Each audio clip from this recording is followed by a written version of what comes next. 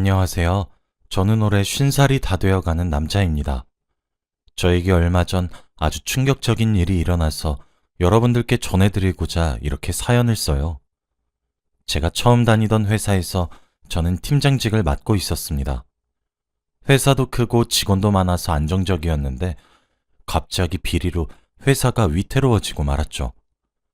결국 회사 직원 중 한 명이 이 일을 책임지고 사표를 내야 하는 상황까지 이르게 되었습니다. 비리가 제 잘못도 아닌데 제가 아무 말도 안 하고 묵묵하게 있으니 제가 일에 대한 열정이 없어 보였나 봐요. 그래서 어쩌다 보니 제가 사표를 내게 되었답니다.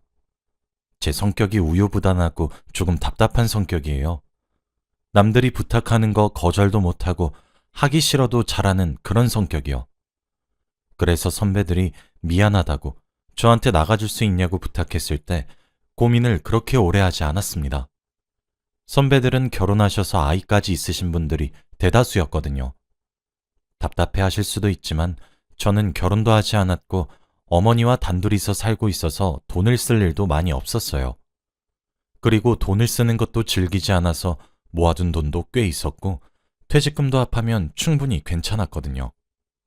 그렇게 저는 40대의 실직자가 되었습니다. 어머니에게는 혼이 날까봐 말을 하지 않았고 매일같이 출근 시간에 나가서 퇴근 시간도 맞춰서 들어왔어요. 처음엔 그렇게 하니까 왠지 해방된 느낌이라서 좋았지만 계속 그렇게 사니까 할 것도 없고 심심하더라고요. 그래서 일자리를 구하는 공고를 보다가 우연히 경비원 모집이라는 문구를 보았습니다. 제가 알고 있던 경비원은 하루 종일 경비실에 앉아서 동료들끼리 이야기만 나누고 건물 관리만 하는 간단한 일이라고 생각했어요. 그리고 모집한다는 말 옆에 젊은 연령층 우대라는 말까지 쓰여 있길래 안 할 이유가 없었습니다. 그래서 바로 전화를 걸었고 지금 당장 면접을 보러 오라길래 그 건물로 향했어요. 너무 크지도 작지도 않은 오피스텔이었고 거기를 관리하는 건 굉장히 쉬워 보였죠.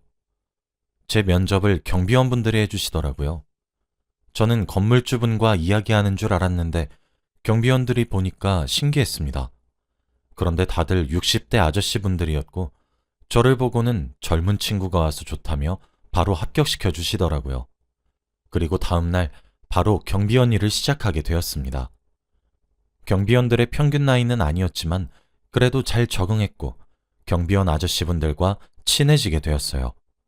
그리고 일도 어렵지 않았고 제가 나이가 거기서 어린 편이니 힘을 쓰는 일을 대부분 했던 것 같습니다. 딱히 돈을 벌기 위해서 했다기보다는 할 일이 없고 심심해서 한 것이기 때문에 만족했죠. 경비원 일을 한 지 딱 일주일 되는 날 사건이 터지고 말았어요. 제가 평일에 3번 정도 출근하니까 입주민들의 얼굴을 잘 기억 못합니다. 아직 적응하는 데에 중점을 두고 해야 할 일이 너무 많았기 때문에 한 명 한 명 기억할 수 없었죠. 그런데 그때 오피스텔에서 누군가 동물을 데리고 들어오더라고요. 그곳은 동물을 키우는 것은 금지되어 있는데 아주 당당하게 강아지에게 목줄을 채우고 엘리베이터를 기다리고 계셨죠. 입주민이 아니라 놀러 오신 분인가 싶어서 그분에게 다가가 저희 오피스텔에는 동물은 못 들어와요 라고 말했습니다. 그런데 그분은 당황하면서 네? 저 누군지 모르세요? 라고 하더라고요. 갑자기 무슨 말인가 싶어서 네, 강아지 데리고 오신 거 보니까 입주민 아니신 것 같은데 다른 사람 위해서라도 배려 부탁드릴게요 라고 했죠. 아, 아저씨 처음 왔구나. 여기 경비원 교육 왜 이따위로 해? 그때 엘리베이터가 도착했고 막무가내로 강아지를 데리고 엘리베이터를 타려고 하길래 저는 그분이 잡고 있던 목줄을 잡고 안 돼요. 당장 나오세요. 라고 했습니다. 그 사람은 미쳤어? 우리 강아지 목줄에서 손 떼! 라고 하며 자기 강아지를 안고 우리 애기 많이 아팠어? 라고 하더라고요. 그러면서 저를 째려봤고 여기 경비원 교육을 무슨 이따위로 해? 내가 누군지 다른 사람들한테 물어봐. 그리고 입주민이 여기서 사는 동안 강아지 좀 키우겠다는데 경비가 무슨 상관이야? 우리 퍼피는 짖지도 않고 얼마나 순한 강아지인데. 그 사람은 막무가내로 강아지를 안은 채 엘리베이터를 탔고 맨 꼭대기층으로 가더라고요. 그 층은 저희 오피스텔에서 가장 비싼 집이었습니다. 경비실에 가서 오늘 겪은 상황을 다 말했더니 다들 저에게 왜 하필 그 악덕한테 걸려서 그 새파랗게 어린 청년 싸가지 없어. 아주 걸리면 죽을 때까지 따라다닌냐. 너 들어오기 전에 있던 애도 그 청년 때문에 나간 거 아니여. 이제 큰일 났어. 너 어쩔겨? 그 청년 성격 별로니까 건들지 말어. 그냥 무시혀. 라고 하더군요. 그래도 규칙대로 해야. 네가 건물주여? 건물주만 맘대로 할 수 있는겨. 그리고 건물주 할아버지는 요새 통 안 보이더라. 그 입주민을 건물주에게 말씀드려서 조치를 취해야 하는데 건물주 할아버지는 한동안 잘 오시다가 어느 순간부터 오시지 않으신대요. 경비원 아저씨들 말로는 아프시거나 돌아가신 것 같다고 했습니다. 아무튼 건물주 할아버지가 못 오시니까 조치를 취할 방법이 없었어요. 그래도 저는 강아지를 데리고 올 때마다 강아지 데리고 오면 안 된다고 말을 했습니다. 그럴 때마다 그 사람은 저에게 욕을 뱉으면서 야, 너 내가 잘리게 할 수 있어? 밥줄 끊기고 싶지 않으면 다른 경비원처럼 그냥 가만히 짜져 있으라고 라고 했고 제가 그래도 안 된다고 하니까 차마 입에 담을 수조차 없는 폭언을 퍼붓더라고요. 근데 돈을 벌어야 하고 일은 계속해야 하니까 꾹 참고 일을 했습니다. 그런데 그 청년은 제 앞을 지나가다가 다시 다가와서는 인사 안 해?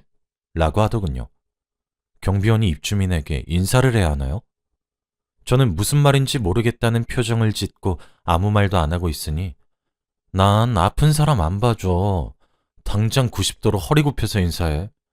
안 그러면 또 나한테 혼난다. 라고 했습니다. 저는 끝까지 인사를 하지 않았더니 그 청년은 손가락으로 제 머리를 밀치면서 야, 너 일 똑바로 안 해? 여기 있는 경비원들 다 나한테 인사해. 내가 여기서 제일 비싼 집에서 사는데 이 정도는 해야지. 내 관리비가 다 너희 월급이야. 어디서 이런 싸가지 없는 애를 데리고 와서는. 에휴. 청년의 말을 들으니 내가 왜 그런 말까지 들으면서 일하고 있는지 모르겠고 마음 같아서는 한 대만 딱 치고 당장 일을 관두고 싶더라고요. 이런 갑질을 인터넷으로만 봤지 실제로 당해보니까 말문이 턱 막히고 가슴에 무언가 응어리진 것처럼 답답했습니다. 청년의 갑질은 여기서 끝나지 않았어요. 깁스를 하고 거동이 불편한 저를 보고 자기 집에 가서 차키 좀 들고 와달라고 하는 건 기본이었고 분리수거를 해주라고 하면서 저를 하인 취급했죠. 경비원이 이런 일까지 해야 하나요? 건물주 할아버지는 왜 이런 사람을 아직까지 이 집에서 살게 하는지 궁금했습니다. 저는 그 청년의 갑질을 도저히 참을 수 없었던 아주 큰 사건이 하나 있었는데 그 사건의 계기로 저는 경비원 일을 그만두게 되었어요. 그 남자는 사생활이 많이 문란한 듯 보였는데 그 남자의 집으로 가는 여자들이 한두 명이 아니었습니다. 그런데 그 여자들도 바람을 피우고 있다는 사실을 알고 있는지 저에게 다가와서 방금 누가 그 집 들어갔는지 확인하게 엘리베이터 CCTV 좀 확인할게요. 라고 하면서 자기네들 증거를 모으는데 저를 이용했습니다. 그런데 함부로 CCTV 자료를 주면 안 되었기에 절대 보여줄 수 없고 개인정보라서 허락을 받아야 한다고 규칙대로 말을 했죠. 그렇게 말을 하면 한 5명 중에 4명은 알겠습니다 하고 가는데 딱 한 여자가 고집이 굉장히 셌어요. 제가 아무리 해도 안 된다고 그냥 가라고 하니까 갑자기 저를 오빠라고 부르면서 저에게 팔짱을 끼고 달라붙더라고요. 오빠, 내가 딱 한 번만 부탁할게. 내 남자친구가 다른 여자 만나는 것 같아서 그래. 내가 이번 일 잘 해결되면 거하게 한턱 쏠게. 자기 아빠뻘 되는 저한테 오빠라고 하다뇨. 그 여자를 보니까 더 자료를 넘겨주기 싫었고 팔짱을 낀 팔을 빼려고 하니까 더 힘을 주면서 달라붙더라고요. 그런데 그때 야, 뭐 하는 짓이야? 라고 하며 멀리서 그 청년이 나타났습니다. 제 옆에 붙어있던 여자는 너무 놀라서 팔을 급하게 빼버렸고 청년이 성큼성큼 걸어왔죠. 청년은 오자마자 저에게 주먹질하면서 너 미쳤어? 내 여자친구를 넘봐? 라고 하더라고요. 이 상황이 너무 억울해서 지금까지 있었던 일을 다 말했습니다. 그러고 여자에게 제대로 말하라고 눈빛을 보냈죠. 청년은 여자에게 저놈 말 사실이야? 라고 물었는데 그 여자는 제 눈을 피했고 무슨 소리야? 저 아저씨가 나한테 달라붙은 거야. 라고 말을 해버리더군요. 여자의 말이 끝나자마자 청년은 저의 멱살을 잡고 구석진 곳으로 끌고 가서 무자비하게 폭행했습니다. 정말 이러다가 죽겠다 싶을 정도로 맞았어요. 제가 맞을 동안 그 여자는 쳐다보기만 하더군요. 너무 억울하고 화가 나서 더 이상 이 일을 하기 싫었습니다. 그래서 바로 사표를 내고 집으로 돌아갔어요. 집에 가니 저희 어머니가 있었고 피투성이인 저를 보고는 도대체 무슨 일이냐고 울면서 물어보더라고요. 제가 직장을 관둔 것도 모르시는 어머니에게 결국 처음부터 끝까지 모든 이야기를 다 전했습니다.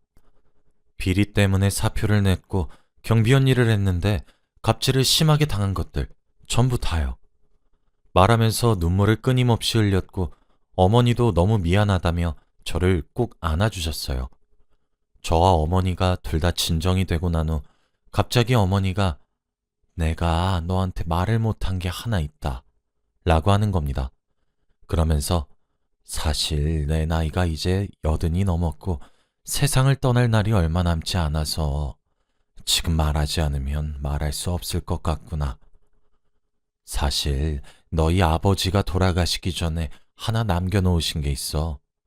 사실은 아버지가 너 일자리 잃었을 때 주라며 건물을 하나 남겨놓으셨다. 앞으로 그런 일 하지 말고 그 건물 월세 이제 네가 받으면서 편하게 살렴. 이라고 하면서 종이 한 장을 주셨고 거기에는 건물 명의가 저로 되어 있었습니다. 그러고 더 놀라운 건 그 건물이 바로 제가 경비원으로 일하던 오피스텔이었어요. 저는 살아생전에 아버지에게 건물이 있는지도 몰랐는데 어머니는 저에게 작은 건물이라 미안하단다 라고 하셨습니다.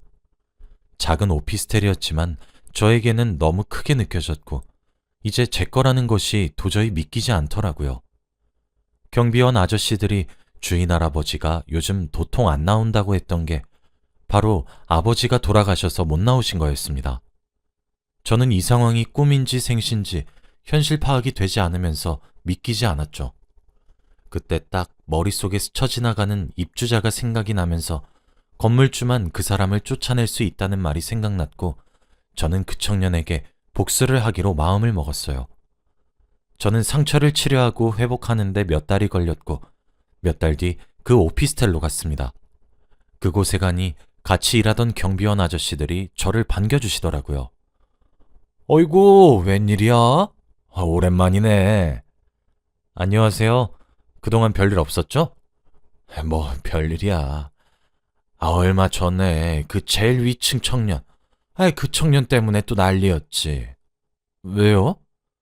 글쎄 네가 나가고 새 경비원을 다시 뽑았는데 그 청년 자동차가 이상한 곳에 주차되어 있어서 다른 곳에 주차하라고 하니까 그 경비원 얼굴에다가 냅다 침을 뱉었지 뭐야.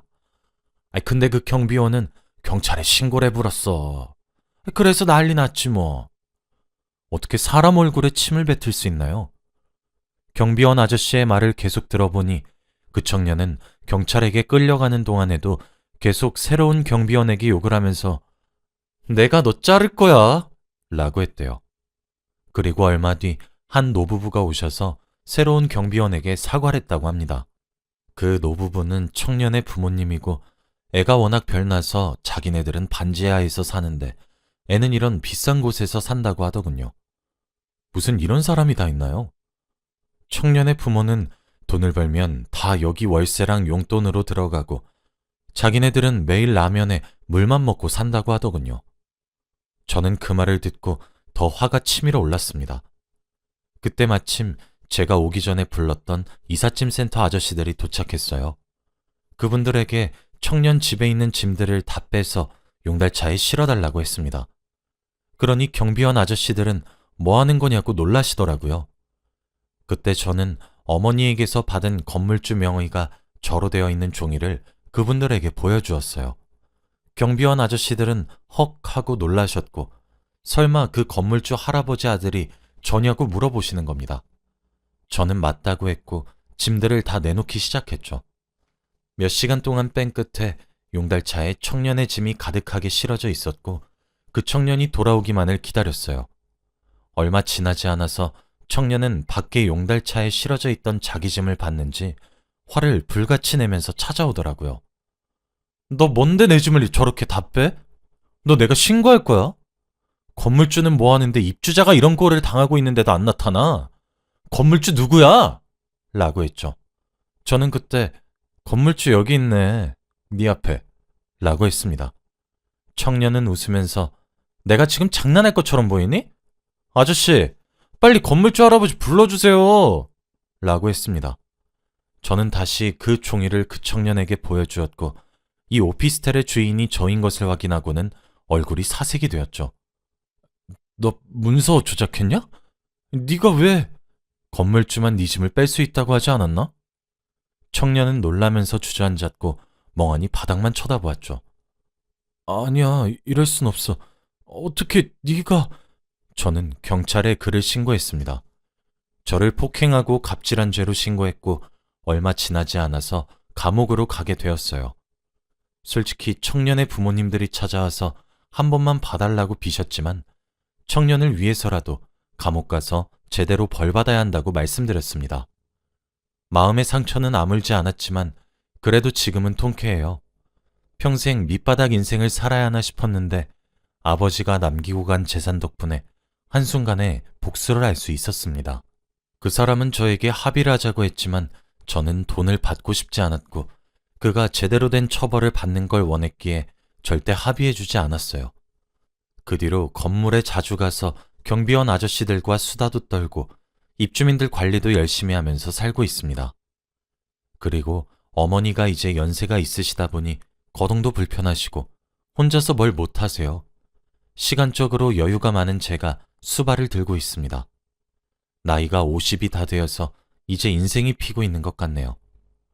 여러분들도 혹시 주위 사람에게 못되게 행동하고 있다면 당장 그만두세요. 사람 일은 정말 모르는 게 맞는 것 같습니다. 제 이야기는 여기까지이고 들어주셔서 감사합니다.